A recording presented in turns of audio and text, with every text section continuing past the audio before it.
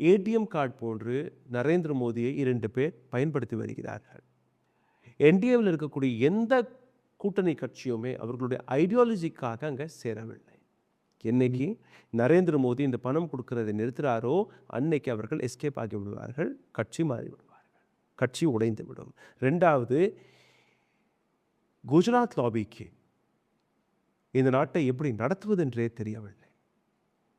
Gujarat lobby இந்த நாட்டில் communal த்ரெட்டை விதைத்து, பிரிவினவாதத்தை விதைத்து இந்த நாட்டை ஆளலாம் என்கிற ஒரு ஆசையில், ஒரு கனவில் இருக்கிறார்கள்.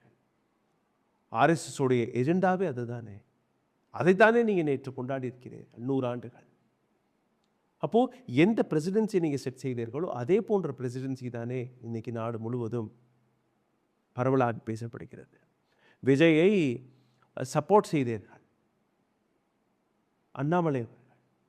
அப்போது விஜயை பிஜேபியோடைய பிடிஎம்மாக பார்ப்பதா பார்க்கக்கூடாதா? விஜய் வெளிப்படையாக நான் பிஜேபியை எதிர்க்கிறேன் என்று கூறுகிறார். But why Annamalai had come in support of mister Vijay? எதற்கு ராகுல் காந்தி விஜய்க்கு ஃபோன் செய்கிறார்? எதற்கு அமித்ஷா அவர்கள் விஜய்க்கு ஃபோன் செய்கிறார்? 41 பேரை கொண்டுட்டீங்க, பரவாயில்லை, இன்னொரு 100 பேரை கொள்ளுங்க, நான் உங்களுக்கு சப்போர்ட் பண்ணுறோம்னு